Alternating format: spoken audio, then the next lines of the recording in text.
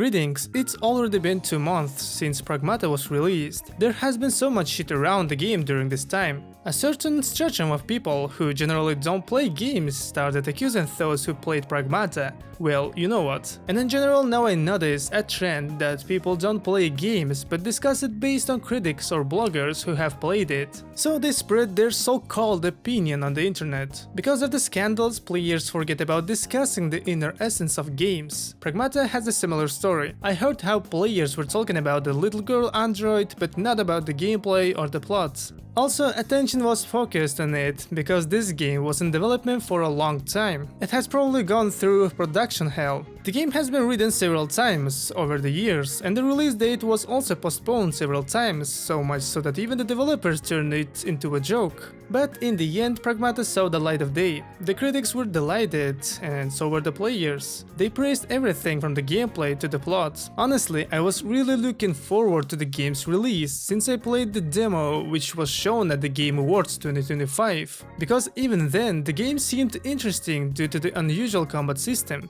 And it's interesting to see what happened in the end as a result of many years of development, so let's find out. Before watching the video, don't forget to grab something to eat. If you're ready, let's get started. Well, since the game is pretty new, not everyone has played it yet. If you're afraid of spoilers, skip to this timestamp. If you skipped or you don't care about spoilers, then let's start with the most sensational topic on the internet, the characters and the plot. In the near future, the Delphi Corporation has colonized the moon and has built the Cradle station there. They started mining a material called lunafilament there, which in turn can be used to 3D print anything the user wants if they have a blueprint. One ordinary day, the staff on the Cradle lost contact with Earth. So Delphi decided to send a team of brave astronauts, among which there is the protagonist Hugh, to the moon to find out what happened on the station. Arriving at the station, they notice that no one from the staff is meeting them. Suddenly, a depressurization occurs inside the Cradle, which causes the entire arriving crew to die,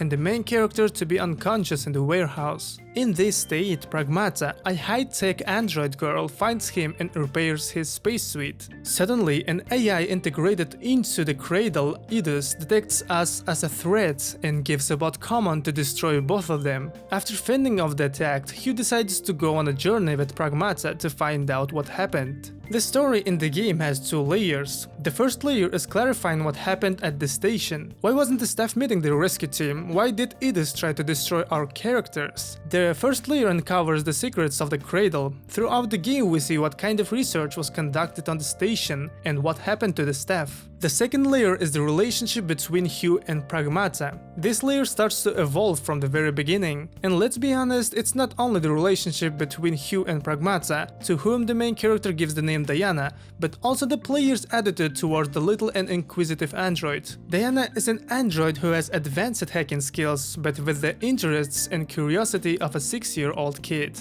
Since she's never been to Earth because she was created from lunafilament, which is mined only on the moon, she wants to know everything about the Earth. Throughout the game, she asks Hugh about all kinds of things. For example, why do people talk to each other, and why is it difficult for people to let go of a dead person? Like a real human child, she learns about the world through questions. And she's not an annoying child who gets in the way, but a useful ally who helps the main character out a lot in different situations. Thus, by saving each other over and over again, they strengthen their bond. I said above that it's not only the relationship between Hugh and Diana, but also the player's attitude towards her. Throughout the game we encounter REMs, Red Earth Memories. REMs are items of memorabilia which you can collect while exploring the moon station and place them in the shelter. When you go back to the shelter, Diana can interact with placed REMs and generate interesting and cute reactions. Diana reacts to different REMs differently. For example, she slides down the slide, and on the swing she swings, and comments on her actions according to her feelings. Through these moments of interaction with REM and her subsequent reactions, the player forms a bond with the girl. Realizing she behaves just like a human child, you naturally grow protective of her. The same thing happens to Hugh, and he gets so attached to her that he doesn't want her to get hurt, even though she's an android and can be repaired at any time, and she doesn't feel pain in the conventional sense. Anyway, Hugh persuades her not to be reckless and to take care of herself. And towards the very end of the game, Hugh treats her like his real daughter, and he's ready to give everything for her sake. Broadly speaking, it's a story about family values. It presents healthy family relationships, and it's interesting to watch how the bond between Hugh and Diana gets stronger. There are no mind-blowing plot twists, but the story keeps you hooked until the end. The two layers of the story work in synergy, supporting each other and engaging the player more. Thus, the game doesn't do anything fancy and tells a simple yet poignant story. And in general, everything that I have described above is complete shit, because the real essence of the story lies in something else. You see, lately in Japan, where the game's developers Capcom is based, the birth rate has dropped a lot. And to solve this problem, the government of Japan decided to ask Capcom to develop a game where the main message is family values. In this way, they wanted to awaken federal feelings in gamers. The previous Capcom game, Resident Evil Requiem, promotes the same idea where we play as Grace and take on the role of a caretaker. It turns out to be a great idea for players to leave their homes and start making acquaintances rather than sitting and just playing games. Jokes aside, the plot is actually pretty good. Well, now we're going to talk about the interesting part of the game. Since the first reveal of the game, we know that the gameplay will be built around the two characters. Initially, it was interesting to see how the developers were going to implement controlling the two characters simultaneously during the combat without compromises. Because when you're controlling two characters at the same time, you usually focus on one. As a result, you only play as one character and forget about the second one. And what did Capcom do in this regard? Hugh and Diana take on two different roles in a fight. While Hugh uses various weapons to annihilate robots, Diana supports him using her hacking skills to solve many puzzles, which look like a Find the Path game. And look, you can't play normally if you focus only on one character. Well, of course, you can kill enemies using only Hugh's gear or deal damage with Diana's hacking skills, but a snail will get to the moon from Earth faster than you will finish dealing with enemies. Because Hugh can deal tangible damage only if an opponent's weak spots are open, and those very weak spots open after successful hacking. As soon as Diana opens an enemy's weak spots, Hugh starts to deal significant damage. Of course, opening weak spots and killing enemies in this way sounds like complete shit, well in fact that would be the case. But Capcom brought the ultimate feature. When you start the hacking game, various hacking notes appear on the fields, which you can collect while you're building your path to the final point. If these hacking notes are collected by the end of the hacking process, then your enemy gets some negative effects, depending on the collected notes. These notes will not appear by themselves, at first you need to find them throughout the game. Notes give you an advantage on the battlefield. For example, one note just increases Hugh's damage for some time, but the other connects all nearby robots, and hacking one robot opens the weak spots of all of them. And yet another note completely stuns an enemy, giving you the opportunity to deal damage without any distractions. But you can't spam an enemy with notes to keep it in stun, because you're limited by the maximum capacity for a certain note. Sure, it's good that I described how the hacking works in the game, but how does it play? From my perspective, it plays like a slasher. You would think that I'm crazy, because how can this be compared to that? Don't jump to conclusions, let me explain. What makes slasher games so engaging? Right, mastering combos and building the action yourself when you pick up a combo for a certain type of enemy and automatically switch between enemies without giving them any respite. And in Pragmata, those hacking notes replace combos. Like in slashers, you're locked in an arena with different types of enemies, and every enemy requires its own approach. Using a stunning note on a small drone with a small amount of health is impractical. It's better to use it on a large enemies with a large health pool. While a large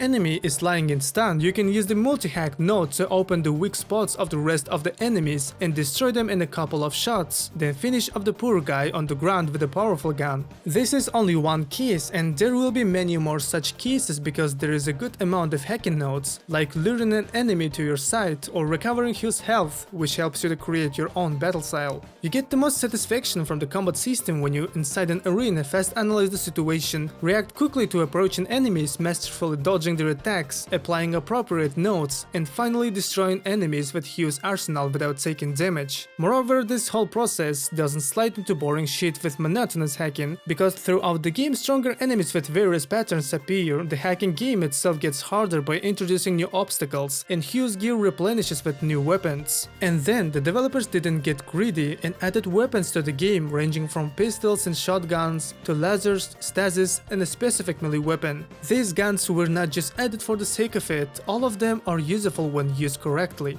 You can squeeze the benefits out of them all and choose something suitable for your style. Thanks to the short duration of the game just doesn't have time to wear out its welcome.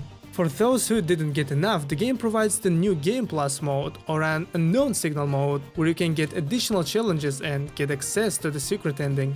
Speaking of the gameplay, I heard some takes that Pragmata's gameplay is similar to Death Stranding's gameplay. Of course, no one ever provides any proof, but how can these games be similar? Honestly, I didn't play Death Stranding, though I know what happens in the game. There is shooting in both games, and you have to carry cargo on your back.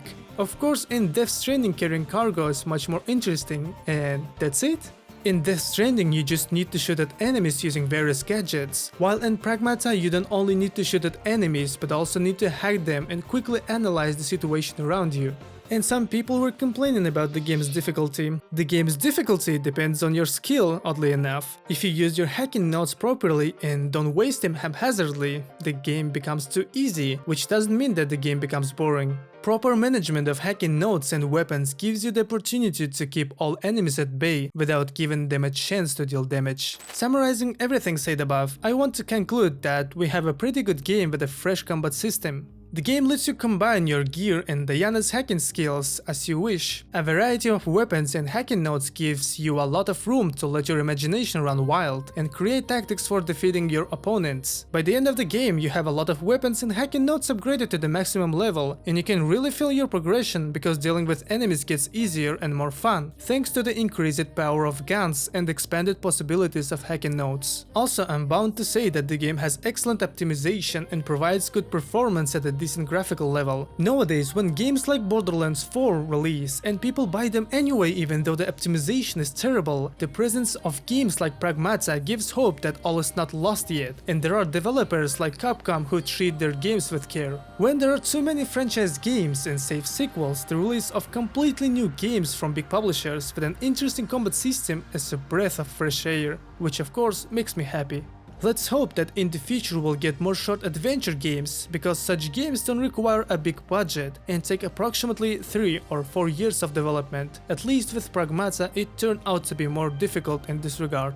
Thank you for watching until the end. Don't forget to subscribe to the channel and like the video. See you in the next one.